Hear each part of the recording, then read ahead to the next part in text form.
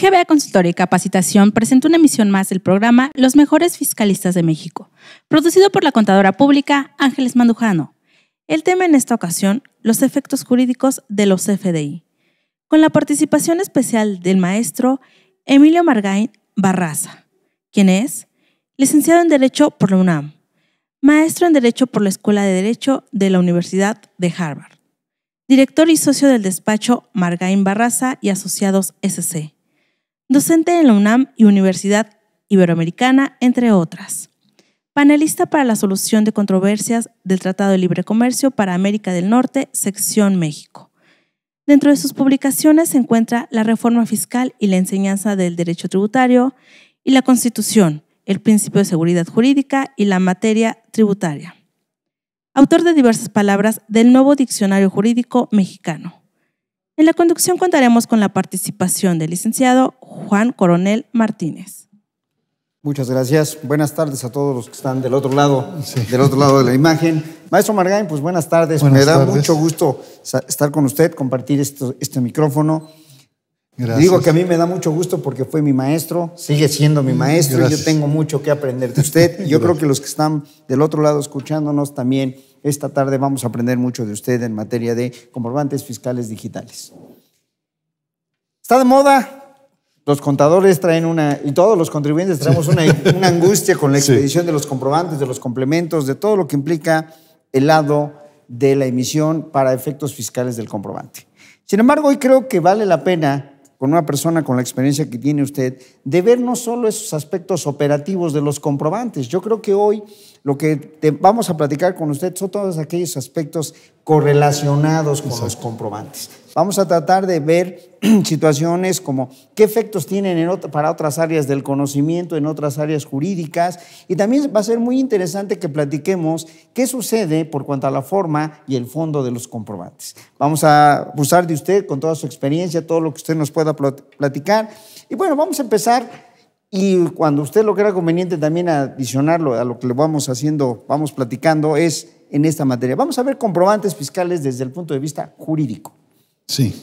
En este aspecto, maestro, nosotros tenemos, la ley maneja 4 tipos de comprobantes. Los tipos de comprobantes fiscales digitales de ingresos, de egresos, de traslado y de retenciones. Son básicamente los que manejan en este sentido. En este aspecto, maestro, la primera duda que tenemos, ¿deberíamos cuidar el comprobante nada más desde el punto de vista de la forma y el fondo por sus efectos fiscales? ¿O qué más tenemos que cuidar en este aspecto de un comprobante? ¿Qué nos puede decir al respecto? Bueno, en primer lugar agradezco a la institución el haberme invitado a este programa y en ese sentido igualmente a veces ya se siente uno un poco más grande. ¿Por qué? Porque empieza a ver a los estudiantes que fueron en alguna ocasión o que estuvieron conmigo, pero afortunadamente veo que su preparación continúa muy fuerte, se siguen, digamos, actualizando y me da gusto con Juan Coronel que lo siga haciendo. Así es que pues es un honor el estar aquí con ambos, la institución, la contadora y el licenciado. Ahora bien, uno de los temas que siempre he tratado de mantener en esta materia es la relación del derecho fiscal con las otras ramas del derecho. Okay. Y en este caso, efectivamente, lo estamos llevando a los comprobantes fiscales digitales porque he estado observando a últimas fechas, bueno, ya en los últimos meses, el problema de los programas para poder expedirlos de acuerdo con los lineamientos del Servicio de Administración Tributaria. Para llegar hasta el programa 3.3, hoy en día que las cancelaciones, los complementos, que si las cancelaciones se están prorrogando en cuanto al procedimiento que se va a seguir, en fin, todavía podemos encontrar mucha, no mucha, pero sí incertidumbre entre los contadores y los contribuyentes en el sentido de cómo deben cumplir con esta obligación. Pero aparte del procedimiento del llenado, forma, de lo que es el fondo, es lo que nos preocupa a nosotros como abogados, porque se ha comentado que ante el más mínimo error en la expedición de un comprobante fiscal digital habrá una multa y que estas, bueno, pueden llegar a ser, digamos, ya en volumen, cuantiosas, Pero aquí es donde sí quisiera yo, más que nada, hacer esta relación entre la forma y el fondo, sobre todo, ahora sí que iniciando por algo que me ha llamado la atención, que es en el fondo, el concepto. Okay. Sé que está la forma, no cabe duda, lo iremos comentando, pero el fondo. ¿Por qué? Porque el concepto podemos ubicar que muchas veces ante la pregunta de cómo se va a establecer ese concepto. Que le pongo, diríamos, de manera coloquial. Exactamente. Es una pregunta muy socorrida. ¿Qué le pongo? Y aquí el punto es que nosotros no podemos simplemente decir, a ver, ¿de qué trata la operación comercial o industrial? Nos dan el nombre o lo que piensa el contribuyente que es, y nosotros, si nos sonara lógico, poder afirmar que es suficiente, pero no. Definitivamente no lo es. ¿Por qué? Porque toda operación comercial o industrial o de servicios, o silvicultura, ganadería, agricultura, pesca, ¿qué sucede? Que en este caso hay leyes que regulan estas actividades y por la prestación de servicios o enajenación de bienes que tienen que ver con estas actividades, existe una ley que es precisamente la que nos va a servir como soporte inicial para ese concepto. Una vez que analizamos la ley, luego ver qué tipo de acto jurídico celebró el particular. Primero puede ser con una autoridad administrativa, ahorita pondremos un ejemplo, puede ser, y además con otro particular. Entonces, tenemos que conjuntar el concepto de tal forma que permita el que éste corresponda a la operación. Claro, para esto también tenemos un catálogo de conceptos, 52,000 y tantos, que eso sí, recuerdo que al inicio apareció uno buenísimo que decía en la cuestión de derecho tributario, decía servicios por evasión fiscal. Y me acuerdo que dijimos todos, bueno, primero el valiente que lo vaya a anotar, ¿verdad? ¿Sí? ¿De dónde lo sacaron? No sabemos, pero bueno, ya lo eliminaron, ya se dieron cuenta.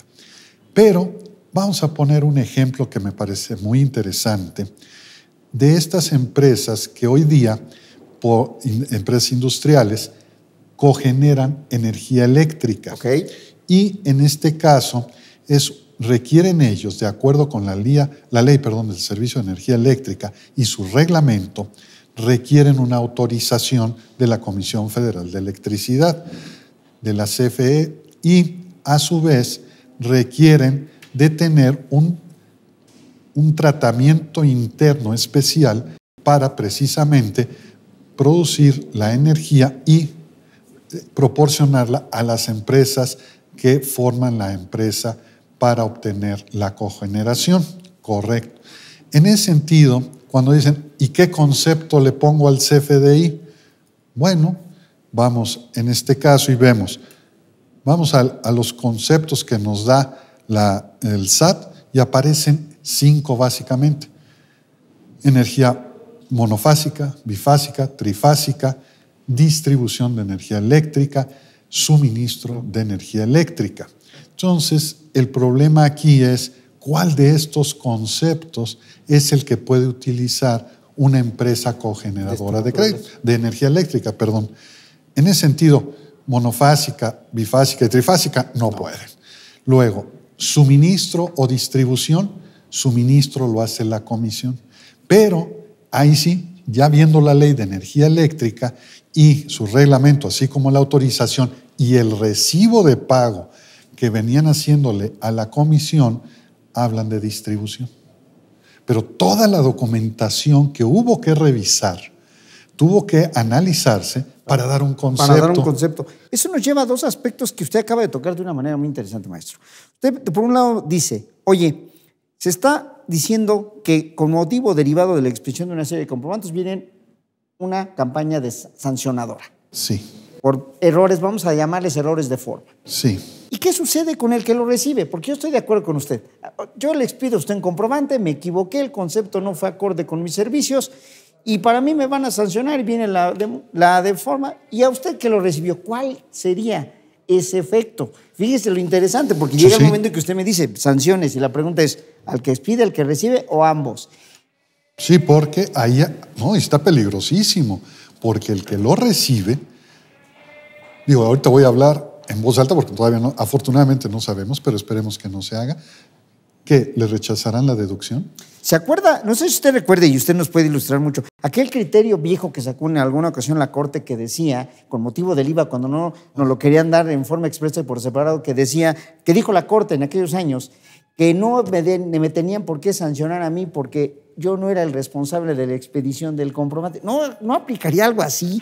¿O qué? Sí, ¿cuál es su opinión, maestro? Sí, porque en este caso, el que lo expide es el que se responsabiliza. Además, es el que tiene la obligación de expedirlo, el otro de recibirlo, de requerir que se le envíe, y si observa que hay un error, bueno, se lo puede hacer ver, pero mientras tanto, es decir, la autoridad fiscal podría pensar en rechazarlo, pero ¿a título de qué?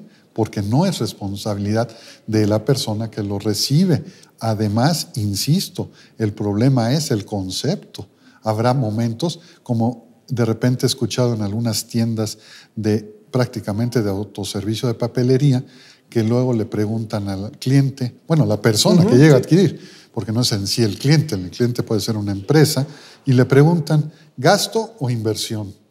Y yo la verdad nomás me quedo viendo, a ver, ¿sabrá de lo que le están hablando? Claro, es que esa es la otra parte de lo interesante que usted nos está platicando hoy. Entonces, fíjese, pareciera ser hoy que el contribuyente, el contador, estamos más preocupados y estamos más enfocados en un concepto para darle efectos fiscales que todo el entorno.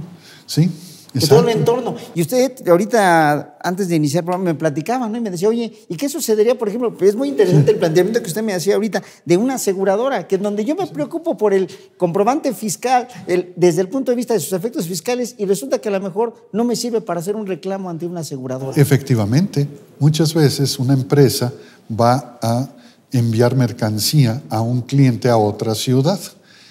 Para ello, asegura la mercancía en el traslado de México a determinada ciudad, pero en ocasiones el personal de operaciones no se percata de lo que dice el contrato de seguro. Sí. Y en el problema que se meten es que tienen que cumplir con ciertos requisitos para, en un momento determinado, poder hacer el reclamo de la pérdida que sufrieron o la contingencia que tuvieron. Okay. Y cuando les hacen ver que necesitan un comprobante fiscal digital cumpliendo ciertos requisitos y con un lenguaje conceptual específico y no lo tienen, no les solventan el reclamo. Entonces, el problema ahora, ¿cuál es? Comunicación entre el contador de la empresa con el de operaciones. Oye, entre otra documentación que tenemos que enviar con el transportista, ¿está el CFDI? Sí, bueno. ¿Y ahora qué debe decir? Y se queda el contador y el de operaciones. Pues realmente que se refiere a un seguro. Sí, pero ¿qué dice la póliza? Ah, no, ahora envuelve a alguien más. ¿A quién? Al abogado. Para que sea el que nos diga realmente qué es lo que dice la póliza, para que cumpliendo con los requisitos, en caso que esperemos no se dé, si nos roban, podamos reclamar el valor de la mercancía. Y si usted acaba de tocar un punto que nunca lo había analizado desde esta perspectiva. 3 áreas involucradas en algo tan sencillo que sería expedir un comprobante. Sí. El área, como usted me dice, el área de logística, sí, el área contable y el área jurídica. Sí. Y si no compagino los criterios. Ya lo vivimos hace poco en una empresa donde al expresarles esta situación se apersonaron el de logística y el contador y decir, ¿cómo resolvemos el problema? La empresa nos dijo, queremos el servicio más barato. Sí, cómo no. Nada más que se fueron al servicio más barato, pero se les olvidó ver qué decía la póliza. Y la póliza requería, aparte del comprobante fiscal digital, que el transporte de esta mercancía fuera en camiones que tuvieran una vigilancia satelital. Pero por irse a lo más barato, perdieron ese requisito. Y ahora con el comprobante fiscal digital tenemos el mismo problema. Esto me lleva a otro cuestionamiento que nos platicara, maestro. Bueno, estamos hablando del CFDI, entendiendo el comprobante fiscal digital. ¿Y qué sucede con los documentos complementarios, anexos? Porque vamos a hablar de un complemento, vamos a hablar de complemento de pago, vamos a hablar de un complemento. O sea, ¿Debería yo también preocuparme del aspecto jurídico de eso? Vamos a suponer que mi comprobante está bien expedido. Es más, ya nos pusimos de acuerdo las 3 áreas en el ejemplo que estamos manejando. Y resulta que no es un pago en una sola exhibición y tengo que hacer complementos de pago. Sí. ¿Qué peso tienen ahora desde el punto de vista jurídico esos documentos adicionales, llamémosle así, coloquialmente hablando? La situación es, para efectos fiscales la autoridad los va a exigir. Así es. Pero para otros efectos, en realidad ya no tienen importancia. ¿Por qué? Si hago la transferencia del dinero para cubrir una obligación, va el CFDI, falta el complemento, estoy de acuerdo, pero yo ya cumplí con la obligación pactada. Entonces, punto de vista mercantil o civil no tengo problema. Que si falta el complemento sería cuestión fiscal meramente. Ahora bien, eso nos ha llevado al problema que platicábamos hace rato de las cancelaciones, de ese procedimiento que ahorita está pendiente de entrar en vigor, pero que trae muchos problemas porque también ahí se emite un CFDI, vamos a ir, ahorita que estamos a inicios de mes, resulta que es una empresa exportadora y cuando va a salir la mercancía ya están preparando toda la documentación para la aduana por la exportación, reciben un aviso y les dicen, oye, añádeme más mercancía, súmale más y mándame, en lugar de 100 cosas, me vas a mandar 200 objetos. Y se queda la empresa y dice, ¿y ahora qué hago? No, pues mándame un CFDI nada más, también, nada más uno, porque si no, vamos a empezar a ver de dónde sale uno, cómo sale el otro. Se cancela uno, se da otro, se expide otro, y ahora el problema que va a surgir es el siguiente, que en este momento, ya si nos vamos no solamente a fondo de concepto, ahora a fondo del impuesto a la renta, de la acumulación, el fisco dice, tú has expedido tantos FDIs y no concuerdan con lo que me estás declarando como acumulación, ya inclusive en pagos provisionales. La empresa dice, espérame, el problema es que tuve que cancelar porque me pidieron que modificara el envío al extranjero. Y si no tomas en cuenta la cancelación, lógicamente tendría que acumular más, pero ahorita el sistema todavía, ahí sí no sabría por qué el fisco no toma en cuenta esas cancelaciones. Eso es lo que habría que ver, porque habiendo cancelaciones, así como tiene ya todos los comprobantes, los expedientes XML, pues también tiene las cancelaciones. Debería tener toda la información. Exacto. Partiendo de la premisa de que uno de los objetivos principales de este tipo de instrumentos, este tipo de comprobantes, es un proceso de fiscalización acorde y más rápido para la autoridad. Exacto, y además también más acorde al propio particular. Así porque es. Dice, ya cancelé, pero por una situación normal, que si hay algo anormal, ese ya es labor de fiscalización del fisco. Pero aquel que está tratando de cumplir con todo, en este momento se está llevando una serie de contingencias, por así llamarlas, inclusive financieras, porque empresas que manejan, sin hacer comercial, ¿verdad? Pero con este programa contable SAP, el problema no es en sí el programa, ese es uno de los mejores del mundo, sí, pero ¿cuánto cuesta cada modificación? Sí. Que hay empresas que dicen, ¿cómo? ¿Tenemos que volver a modificar? Sí. ¿O cuánto me va a costar expedir un nuevo comprobante? En fin, todo lo que implica para hay empresas chicas que dicen, bueno, yo no tengo SAP, pero compro facturas en X empresa, ahí sí no damos comercial, pero el punto es cuánto le está costando cada vez que hay una modificación, y tienen que verlo no solamente con los clientes, sino con el propio SAT cuando hace sus modificaciones. Maestro, platíquenos, ¿qué experiencia tiene al día de hoy? Usted acaba de platicar algo muy interesante, vamos a regresar a la parte un poquito atrás. La parte relacionada, me queda claro que una persona como usted que se dedica a la materia, le entiende y sabe y conoce la problemática. ¿Qué opinión le merece cuando esto llegue a otro tipo de abogados? Cuando digamos, voy a poner el ejemplo más tradicional.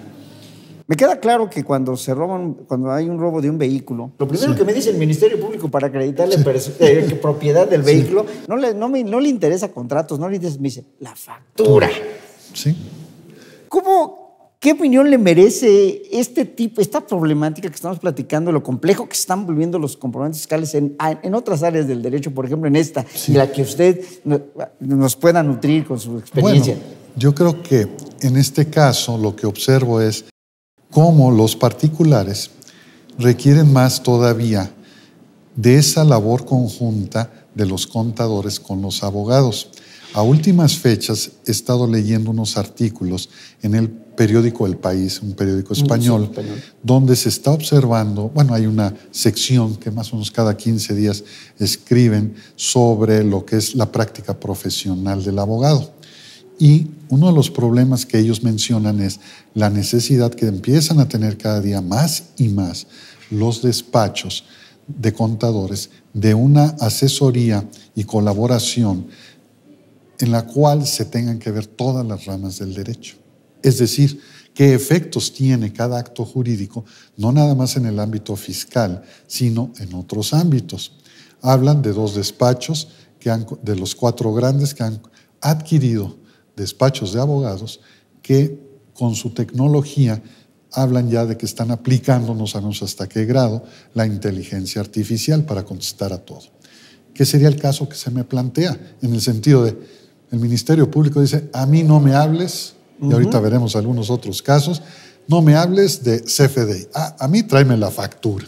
Eso iba. Y habrá alguno que hasta diga endosada, y se queda uno, no sabía que las facturas se endosaban, pero bueno, ¿está bien? Es parte de una práctica y costumbre. Entonces, ¿qué sucede? Hay que conservar la factura, pero hay una cuestión. Ya en estos momentos se empiezan a expedir por parte de las distribuidoras CFDIs. Entonces, tendríamos que llegar con el Ministerio Público para explicarle qué problema tenemos. ¿Qué tipo de comprobante es con el que contamos? Ya no el tradicional, sino algo nuevo y que tiene efecto en esa materia. Yo me acuerdo cuando migramos, págame la redundancia, y te lo vamos a traer los comprobantes fiscales. Yo me acuerdo cuando migramos a las declaraciones y medios electrónicos. Recuerdo que cuando planteábamos las primeras demandas ante los tribunales, lo del Poder Judicial, lo primero que nos cuestionaba, ¿y la empresa? Y fue todo un proceso que nos llevó. Hoy tenemos un choque todavía de los comprobantes digitales, medios electrónicos, a impresos, como que todavía incluso nosotros, el común de la gente, no estamos habituados a eso. Los abogados, con el ejemplo que estábamos manejando, tampoco, y eso es un cambio radical. Sí, porque hay un dicho que tenemos mucho los abogados, de decir papelito habla. Y ahora, con todo lo electrónico, que son meras impresiones, no son ya documentos, digamos, sellados por una autoridad, inclusive por el propio contribuyente en su manejo interno, llega momentos en que estamos dudando de qué es lo que estamos exhibiendo. Y en este sentido, efectivamente, podemos pasar, en este caso, a otra situación. ¿Qué sucede cuando una empresa que por alguna razón estuvo en un sistema de outsourcing se da cuenta que no fue lo más correcto, lo que le propusieron, se lo manejaron abogados de otra materia, como puede ser la de materia laboral, y cuando la empresa dice, quiero corregir mi situación fiscal, voy a eliminar los efectos fiscales de las facturas del outsourcing, ¿qué hago? No, bueno, me traigo a todos los trabajadores a la empresa y me olvido de todo lo que se estaba haciendo y pagamos el impuesto correctamente. Se expide el CFDI y cuando el trabajador quiere hacer su declaración la hace, pero aparecen expedientes de XML también de las otras empresas. Pero si nosotros ya le quitamos el efecto, ahora, ¿qué significa este último CFDI? ¿Que es el que prevalece sobre todos? Yo digo que sí, pero el problema ¿cuál es? Se expidió, pero no se puede aclarar vía electrónica de momento. Yo no puedo decir, estoy corrigiendo para estos efectos, por tanto, elimina lo que estuvo con el outsourcing, porque no hay forma de hacerlo. ¿Cuándo sería?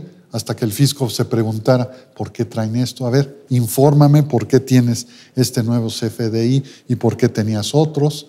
Sí, pero esto va a llevar a que, en este caso, por ejemplo, los trabajadores, si tienen un saldo a favor, se los van a detener y les van a pedir información al trabajador.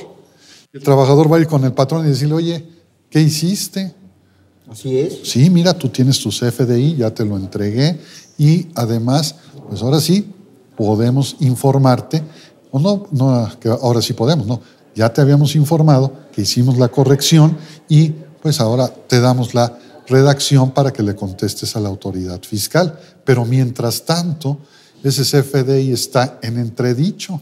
Y otra cuestión, ¿cómo juega para efectos también de, digamos, materia laboral? Es el comprobante idóneo para demostrar una relación laboral y el salario que le corresponde a la persona. También, ese es el otro problema que han estado enfrentando en las juntas de conciliación y arbitraje, que en un momento dado dicen, ¿cómo demuestro la relación laboral? Con el CFDI, aquí los traigo la impresión que me dio el patrón. Entonces el patrón ya no puede negar esa relación laboral y pues bueno, entra el conflicto que corresponde. Ahora, no solamente eso, el problema es que en ocasiones, no obstante tener comprobantes fiscales digitales, no los tienen inscritos en el Seguro Social, como consecuencia en Infonavit. Entonces ahora, ¿cómo queda este trabajador? ¿Cómo puede, con ese comprobante, acudir al Seguro Social y decir, mira, tengo esto? ¿Cómo lo tienes tú registrado? Claro, el problema ¿cuál es ahí? Que una cosa es el salario para efectos del impuesto sobre la renta y otra cosa es el salario para efectos de cotización ante Seguro Social, SAR e Infonavit. Entonces, todavía tenemos muchos problemas de este tipo.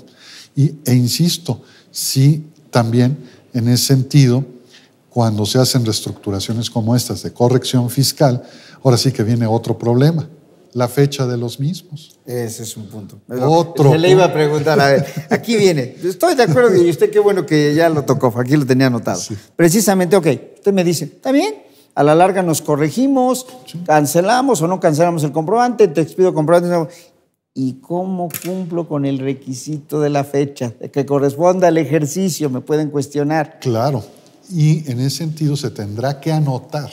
Sí, que se sustituye a tal que se expida en tal fecha.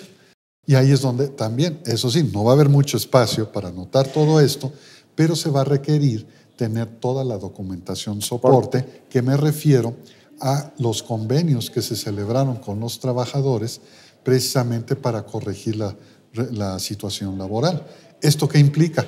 Ahora implica que esté el contador de la empresa, el abogado laboralista, el abogado que se dedica a materia fiscal. Entonces, cada día crece más con todo esto el trabajo en materia jurídica relacionado con los contadores. Y en un momento dado, ¿qué tipo de tecnología tenemos que ir pensando los abogados?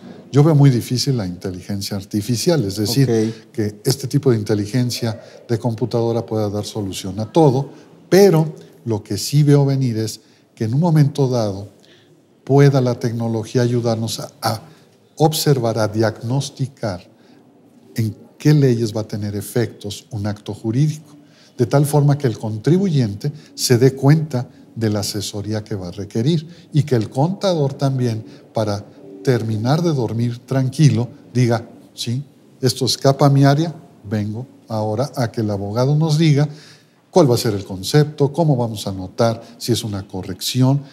Y esa es la otra situación. No se habla mucho de la corrección fiscal con los comprobantes fiscales digitales, pero hay problemas ahí. ¿Por qué? Ley Federal de los Derechos del Contribuyente, artículo 2º, fracción 13ª, en relación con 14 a 17, tengo derecho a autocorregirme. Perfecto. Y por el otro lado, si vamos a revisión de escritorio, auditoría y también la electrónica, hay derecho ¿a qué? A la corrección fiscal. Así es. ¿Y qué va a pasar con los comprobantes? Porque hay una situación. Vamos a pensar que están mal y yo me quiero corregir.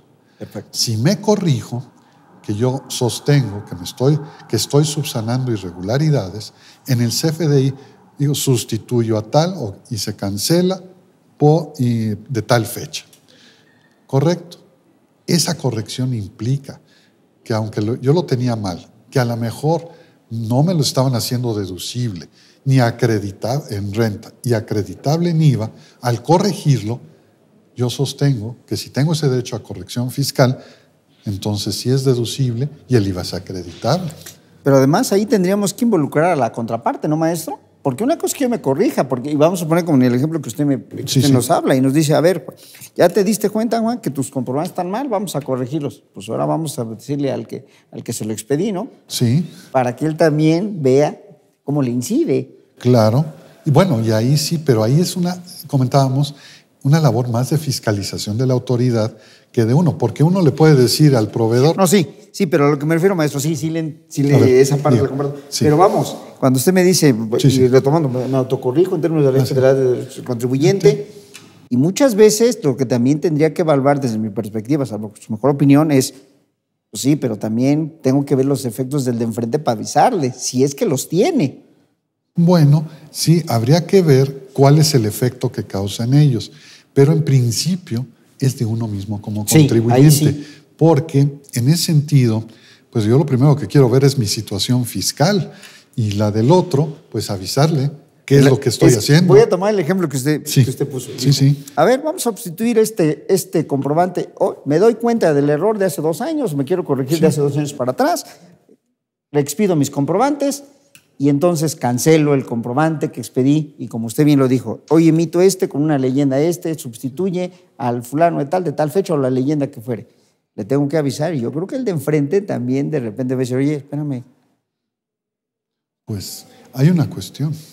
Si yo cometí un error, me doy cuenta que incumplí con la ley, claro, tengo la obligación de avisarle a la contraparte, pero él lamentablemente va a tener que corregir su situación fiscal. Ahora, hay otro problema, eso sí, que si mi error le causó un perjuicio en ámbito civil, mercantil, no lo sé, pues a lo mejor tengo que responder en ese caso con una indemnización o algo, un pago con motivo de mi error. Pero es otro. Pero vale la pena considerarlo, porque también hay que tener cuidado en lo que se está haciendo, porque si va a causar un lío y luego lo voy a corregir, pues no.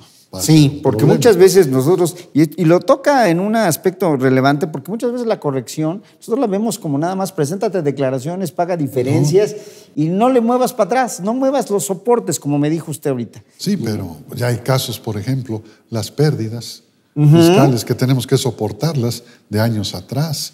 Entonces, en un momento dado, cada día que va avanzando todo lo de los FDIs, pues todo eso va a incidir de alguna manera en la determinación en ese sentido. Y que luego, además, hay tantas cuestiones, por ejemplo, si yo le mando dinero a un tercero, a un contribuyente para que haga pagos a mi nombre, como lo permite el artículo 41 del reglamento de la ley del impuesto a la renta, yo le puedo transferir el dinero para que haga los pagos a mi nombre y por mi cuenta y obtenga los comprobantes a mi nombre. Entonces, ahí, por ejemplo, yo no tengo por qué mandar un CFDI, transfiero el dinero, eso sí, el fisco después va a preguntar, oye, cotejando lo que son tus estados de cuenta bancarios contra los CFDIs que has expedido, resulta que tienes más depósitos de lo que has expedido. Ah, sí, pero tengo un contrato, un convenio que acepta el artículo 41 para que un tercero haga pagos por mi cuenta y con mi CFDI, que me recabe ahora CFDI. Que se puede también dar la inversa, ¿no? Hace muchos años recuerdo que algunos usaban el RFC de otros, por ejemplo, y no necesitaban la factura, pero la obtenían y no le avisaban. Y después resulta que de repente me decían, oye, ¿tú tienes más comprobantes? Sí, exacto. ¿Eso se puede dar? Es que lamentablemente, mientras no se resuelva el problema de confianza con los contribuyentes, vamos a seguir con todo esto. Maestro, tocó un punto muy interesante. Hoy no estamos hablando de los FDIs entre particulares. Sí. Pero hay una serie de CFDIs que están a cargo de las autoridades y que de repente, pues entre que no los expiden, nos sacan por ahí una regla miscelánea que tu sello de banco es suficiente o algunas autoridades no lo quieren. ¿Ahí qué nos puede decir estos efectos jurídicos de todo el CFDI, de que ahora sí que son a cargo de la autoridad? Es un problema muy serio porque efectivamente no solamente con los FDIs, sino desde antes. Sí. Ya había problemas con, digámoslo, las entidades públicas, inclusive aquí podemos decir, no nada más la administración pública federal, poder judicial o poder legislativo. Recuerdo el caso de unas deducciones personales, que era el pago de una prima de un seguro de gastos médicos mayores en el Poder Judicial, que se los estaban rechazando porque el RFC no sé por qué intervenía un banco en todo eso, estaba mal. Y entonces los empleados dijeron, sí, pero mira, al reverso del documento que nos dieron viene el Registro Federal de Contribuyentes y ahí lo copiamos. ¿Cuál es el problema? Dice, no, está mal. Bueno, no es nuestra culpa. Fueron a hablar, según nos dicen, al Servicio de Administración Tributaria y les dieron la facilidad al Poder Judicial Federal de que podían hacer esa deducción personal, porque el error era del banco, estaba plenamente demostrado. Yo digo, bueno, estoy de acuerdo, y cuando no es así exactamente de buena fe, ¿qué va a pasar? Porque luego suceden cada cosa, que se pueden llevar sorpresas los particulares que cuando exhiban su expediente XML derivado de este comprobante les digan, ese no sirve. Aunque hay un punto, en este momento los tribunales han resuelto que si el proveedor no cumple debidamente con sus impuestos, presentación de declaraciones, pues es responsabilidad de él y no del cliente que está haciendo la deducción o el acreditamiento del IVA. Y, por ejemplo, también una pregunta que hace rato estábamos comentando, que me quedé un poquito incompleto. Un CFDI que tenga un error o dos y que lo quieran rechazar. Y digo, si me lo rechazan, inclusive sería para efectos de IVA, donde el reglamento de IVA dice que para determinar cuando se determina presuntivamente el IVA, en ese caso se puede demostrar que si hubo un traslado, podríamos hacerlo ahí. Que tuvo un error, sí, pero yo estoy demostrando que el IVA sí fue a dar a la otra empresa. Y como consecuencia, el procedimiento de acreditamiento no se ve afectado. Así es, tiene toda la razón. La ley del IVA prevé precisamente que en materia de estimativa bastaría con que yo acreditara que efectivamente lo pagué para que me fuera considerado como acreditable. Exacto. Tiene toda la razón. Entonces, digo, son todas las preguntas que se observa vienen con todos los comprobantes fiscales digitales, que ahorita todos están preocupados, entiendo, con el procedimiento. Ahorita precisamente estaba escuchando en una oficina el que decían, espérenme tantito porque estoy terminando de mandar un complemento y traigo problema. Yo decía, bueno, pero ¿qué? Hay empresas que dicen, quiero el complemento el mismo día que hago el pago. Sí, pero tú haces la transferencia a las 5 de la tarde, pues yo quiero ver cómo te mando el complemento después de las 5 y en viernes.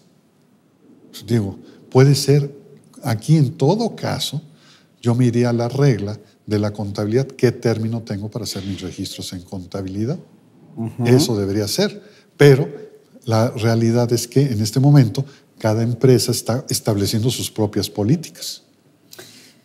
Maestro, estábamos hablando de CFDI, ahorita que usted platicó del complemento, me viene a la memoria el mentado complemento del notario, pero no tanto por la forma que se ve, sino llega el momento en que cuando un contribuyente va a vender un inmueble y no expide CFDI, puede sustituirlo, si me vale usted la expresión, por el complemento que le expida el notario que haga la operación. ¿Qué opinión le merece esto? Porque entonces las reglas me las cambian totalmente. Sí.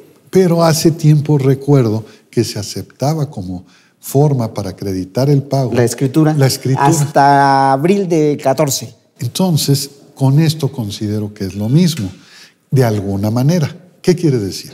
Yo siempre he estado, bueno, de un tiempo para acá, manifiesto que antes se llevaba un sistema manual, vamos a decirlo, y ahora es electrónico. Bueno, nomás hago la comparación para ver si efectivamente es la misma finalidad. Y en el caso del notario, yo creo que no hay problema. Ahí más bien los pobres notarios traen otro lío. ¿Cuál es?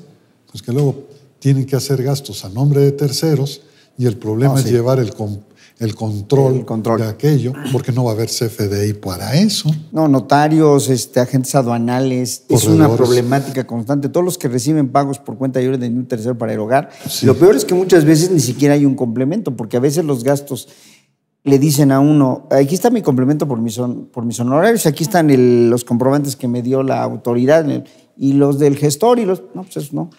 Y hay casos muy curiosos donde no se va a poder expedir el CFDI y en un momento dado relacionado con autoridades. ¿Cuál?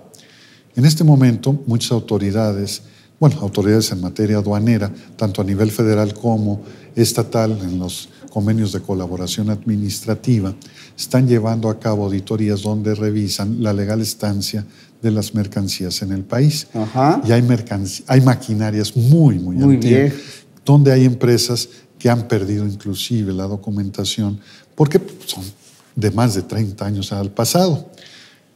Y hay un caso reciente muy curioso que me llamó la atención porque de plano el fisco dijo, no me llevo la maquinaria, esa ya ni sirve o a mí no me sirve. Mejor te determino el pago del impuesto de importación, IVA, todo lo que corresponde y multa. Y ahí te dejo la maquinaria. Entonces me quedé pensando en esto. Digo, pues si el particular logra, más bien, si tiene el recurso económico suficiente para pagar ese crédito, pues resulta que su comprobante para acreditar la legal estancia en el país de esa mercancía va a ser la resolución de la autoridad. Fíjese que no lo había visto así. Y no estamos pensando en un CFDI. Quiere decir que hay muchos problemas, que es a lo que yo realmente, cuando ustedes me hicieron el favor de invitarme a venir a esta plática, ir abriendo ese espectro de los problemas jurídicos que vamos a tener a futuro con todo esto. Y cómo la unión de los abogados es muy importante, porque pues no podemos ser, ahora sí que saberlo todos. Así es. Recuerdo que en la Facultad de Derecho, maestros como Raúl Rodríguez Lobato y algunos otros, siempre nos mencionaron cómo relacionar el derecho fiscal con otras ramas del derecho. Y muy pocos lo hacen, y ahora nos estamos dando cuenta que aquello es un monstruo. Su papá decía, permíteme que lo interrumpa, su papá decía, la solución a los problemas fiscales, el 90% de ellos están en otras áreas del derecho. No, sí, eso dice, nunca se me olvida. Su libro lo dice. Y yo recuerdo, y como les digo a los muchachos, tomo vamos a decir, una edición de una compilación, les digo, aquí no están todas las respuestas. ¿Dónde están? En otras ramas del derecho. Y el problema es cómo ubicarlo. Además, tenemos otra cosa que, claro, ahí sí, pues recuerdo, mi padre lo llama así en su texto, yo utilizo otra más tranquila. Él dice los barbarismos jurídicos. Yo hablo redefinición para efectos fiscales. Por ejemplo, en los CFDIs ahora, con los pagos en parcialidades, se vuelve un problema. Porque si van pagando por partes, sí, pero a ver, jurídicamente, ¿cuándo se puede dar una operación en parcialidades? Cuando cumplamos con el artículo 14 de código. Pero como estamos hablando no de parcialidades, sino de que van y pagando, porque así lo establece la empresa, por partes, es donde viene también confusión. Que ese es otro punto, ¿no? Yo creo que como podríamos aquí pasarnos horas y horas hablando, y que es otro punto importante desde la parte que usted acaba de tocar, un punto muy interesante. Cuando uno analiza la expedición de los comprobantes y con todo, y yo creo que lo que usted dice, esa interrelación entre abogados, contadores, abogados de otra área se vale, porque incluso muchas veces los mismos formalismos que nos van marcando la ley en materia de expedición de comprobantes no son tan técnicos y no son tan precisos. Por ejemplo, una crítica que siempre le hemos hecho, por lo menos un servidor, a lo que tiene que ver a los complementos de pago, es que muchas veces no distinguen entre un pago diferido y un pago a plazo. Exacto. Estoy de acuerdo. Y eso nos lleva a cometer muchos errores en materia de expedición de ese tipo de comprobantes. Sí. Porque se confunde el pago diferido, el pago a plazo, y muchas veces es tan incierto que yo no sé cómo le voy a terminar pagando. Siempre yo pongo un ejemplo muy absurdo, a mí me gustaría su opinión, en donde a lo mejor expido un comprobante y yo digo que es una sola exhibición. Sí. Usted me lo expide y llega el día que le tengo que pagar, primero le expido el comprobante y días después le pago y después llego y le digo, oiga, no tengo. le doy una parcialidad. No, pero es que su comprobante dice que es una exhibición. ¿No me va a recibir el pago?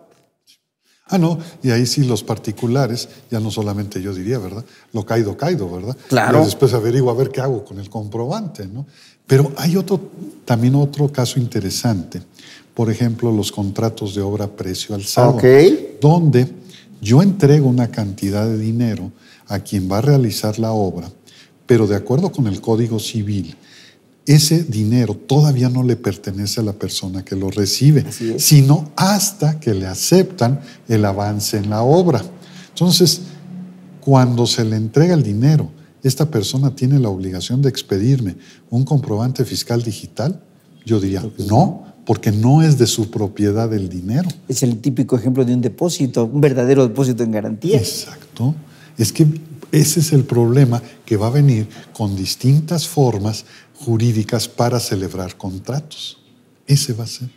Y entonces tenemos que estar a lo jurídico, pero requiere el que haya una comunicación permanente, ahora sí, más fuerte entre contadores y abogados.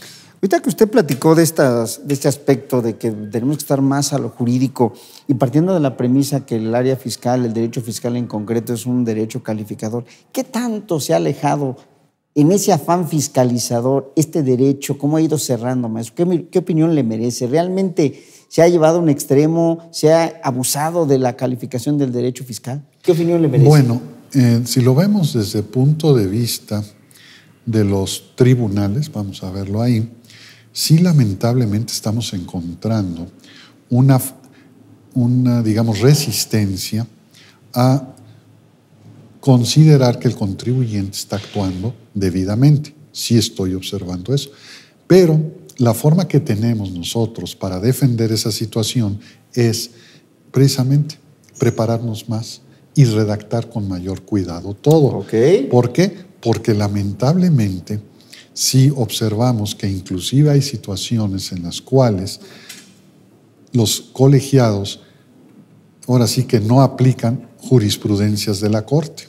Aunque la Corte ya de un tiempo para acá, pues sí no nos ha ido muy bien, que digamos. No nos ha ido nada bien. Pero yo eso lo reflejo con Estados Unidos de Norteamérica, donde efectivamente las apelaciones que llegan a la Corte en materia fiscal ya son mínimas.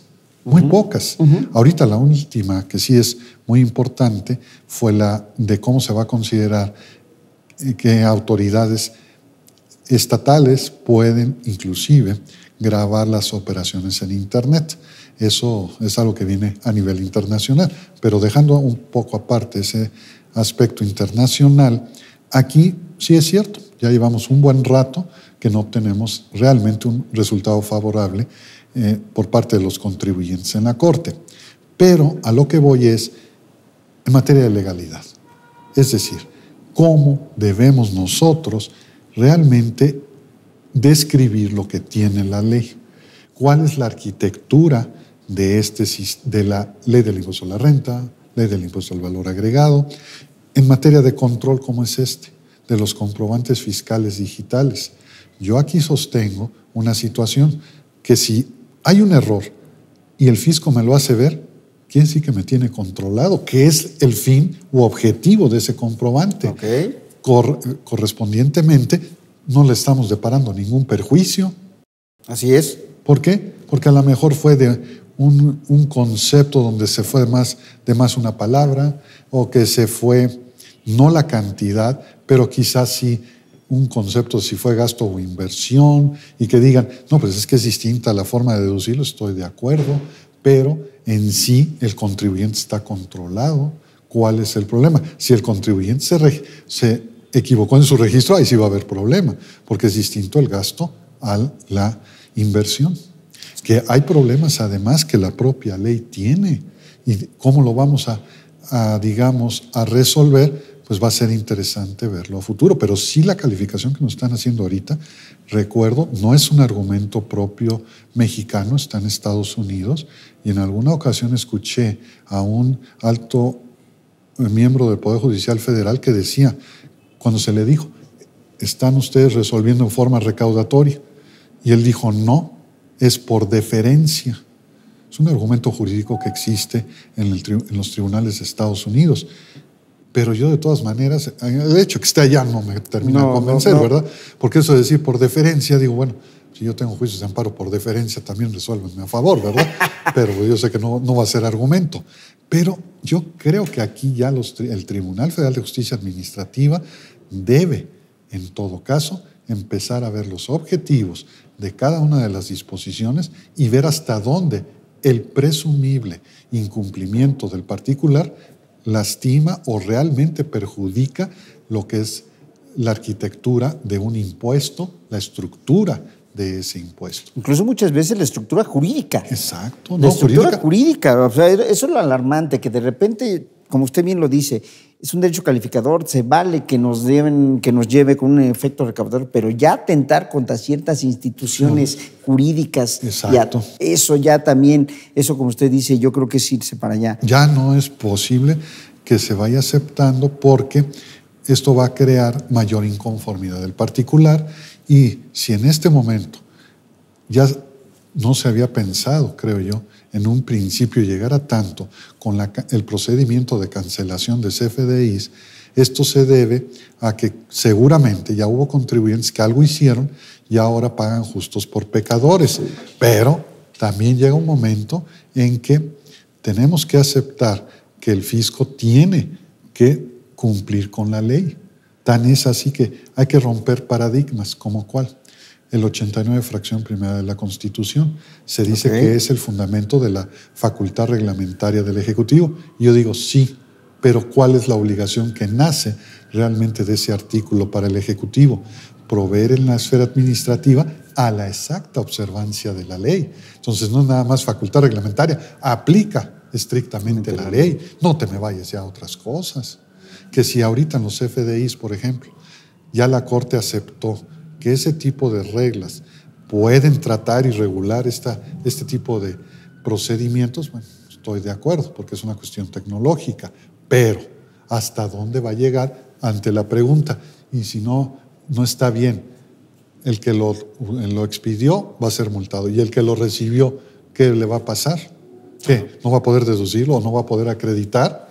¿No? O sea, vamos a ver, ¿no? Es decir, hay que ver cuál es el efecto, ya no solamente jurídico, yo no diría tan solo económico, sino de administración también. ¿Realmente se le perjudicó a la administración tributaria? No lo creo. No, pero hay gente que sí, lamentablemente, hace cosas que no debieran. Bueno, maestro. Maestro, para finalizar, hay un punto que usted trató ahorita y que me llamó la atención y que usted dijo que hoy, precisamente, pareciera ser que es muy importante, vinculado con la expedición de los FDIs, tiene que ver con dejar bien definido conceptos, estructuras, todo lo que implica el entorno de la operación. Sí. Eso nos llevaría, en su opinión, sí, a tener que documentar muchas veces todo lo que está atrás del CFDI. Voy a poner un ejemplo bien práctico. El 90% de nuestros contratos en nuestro derecho son consensuales. Sí. Y hoy, con esa precisión, para dar más luz tanto al que expide como al que le va a dar efectos a ese compromiso, ¿valdría la pena pensar en darle más formalidades escritas a ese tipo de operaciones? Porque está hablando la autoridad fiscal también de acreditar la materialidad de los actos. Entonces, el primer paso es la formalidad, que puede ser un contrato base, vamos a decirlo así, y si es un tipo de operaciones continuas en una empresa, ya después se puede trabajar con órdenes de solicitud de servicios, de bienes, de producción de bienes, pero todo basado en un documento. Ahora, ese es el punto. El punto es que el abogado se le tiene que indicar cómo se va a llevar a cabo el negocio para que él lo pueda desarrollar.